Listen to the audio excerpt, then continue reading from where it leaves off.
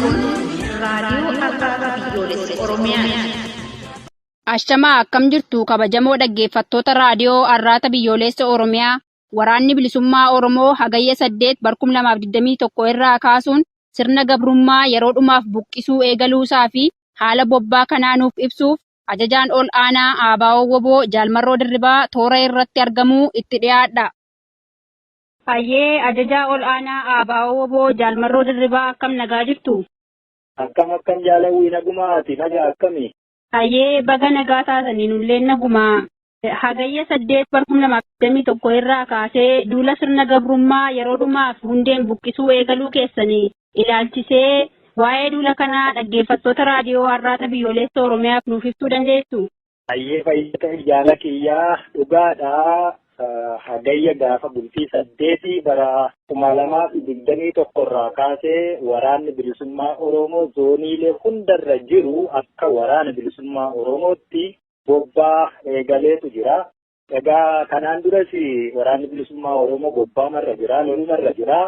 Kamiila nagaa ka adda taasisu waltakkaa yeroo tokko gabrummaa hundeen buqqisnee xumura itti gochuu rakkoo dararaa Oromoon keessa jiru yeroo xumuraaf guduunfuuf kadhetuuni zooniin hundiyyuu bakka jiru irraatii bobbaa wal fakkaataa gaggeessuutti ka jiru.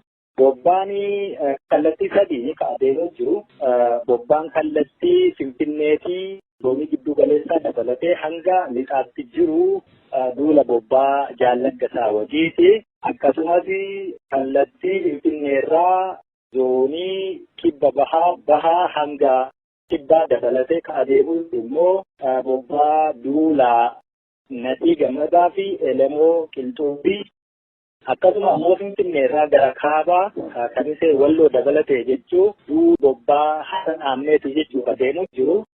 Akeekni bobbaa kanaa egaa akkuma filasii ibsee gammatti xumura gochuu kallattii jiru irratti ammoo waraanni bilisummaa Oromoo zoonii jiru irratti aanotaa fi godinoota akkasumas kallattii keessa socho'u hundumaa to'achuu, diina achi keessaa qulqulleessuu, lafa dhuunfachuu, uummata dhuunfachuu, bulchiinsa uummataa ammoo diriirsaa adeemuu. Bobbaan kuni kallattii kanaan akkaataa kanaan maqaa sadiin socho'aa jiru kuni yeroo gabaabaaf deemsifama.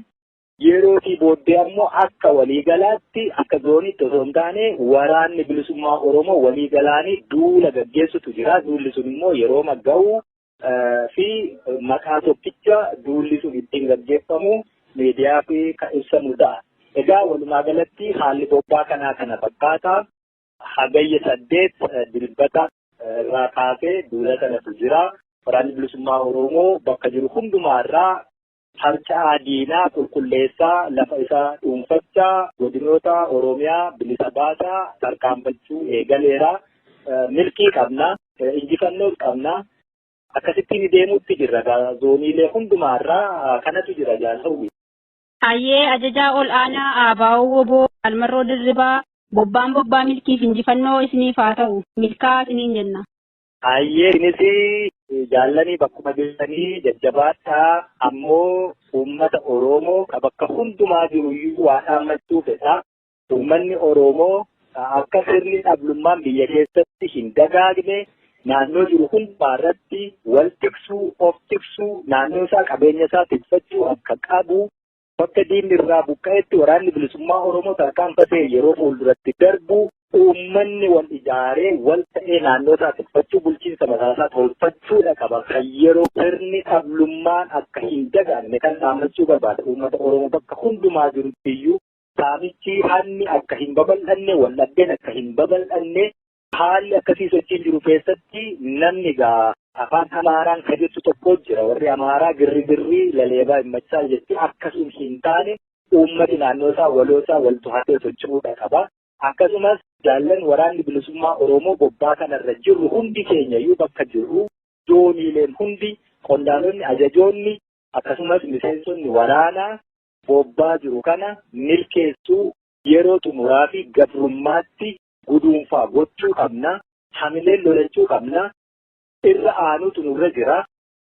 Kanaaf iyyuu bakka deemamu hundumaatti bakka lollee diina buqqisnu hundumaatti uummanni akkaataatti bulchiinsa mataasaa tolfatu caasifama tolfaa fi deemuutu nurra jiraata. Sirna sablummaa to'achaa deemuutu nurra jiraata. Haasaalee uummataa tiksuutu nurra jiraata. Haasaalee uummata tajaajilanii kan mootummaa hin ta'iin fiichillee mootummaa ka ta'u biyya ka ta'u warruma kana waan ta'eef isaan kanaaf eeggannoon taasifamuu qaba. Waraanni bilisummaa Oromoo kana dhaammatee fuulduratti deemuutu itti jira. Egaa uummanni Oromoo immoo beeka qabsoo kana bara dheeraa keessatti hirmaatu jira. Ammas itti jira. Yeroo xumuraa ofirraa immoo guduunfachuu fi jabaatee waraana bilisummaa Oromoo bira dhaabbatee waan danda'u hundaan itti of kitine qaanii gabrummaa bara dheeraa keessa turre kana keessa akka of baasu ofumaanillee dhaammachuufidha. Fayyaa ta'aa jajjabaadhaa jaallan bakka hundaa jirtanii ni injifannaa ni mo'annaa Oromiyaas bilisa ni baasnaa jiraanne bilisummaa Oromootiin handhuura Oromiyaa Finfinnee irratti wal arginu yoo hin jiraanne immoo Oromiyaan bakka nu barbaaddetti lubbuu sana ni kennina. Lafeen keenya riqaa ta'e taphni irra haa tarkaanfatu. Dhaamsa kiyyaa jajjabaadhaa woboo bakka jirtanii fayyaa naaf ta'ee fi fayyaa ta'aa jedha. Baay'ee toora irratti argamtanii waan keessa jirtanii haala keessa jirtan nuuf ibsuu keessaniif maqaa dhaggeeffattoota raadiyoo Arraata Biyyoolessa Oromiyaan galatoomaa ulfaadhaa isiniin jenna. Fayyaa ta'e jaalladha. Baay'ee.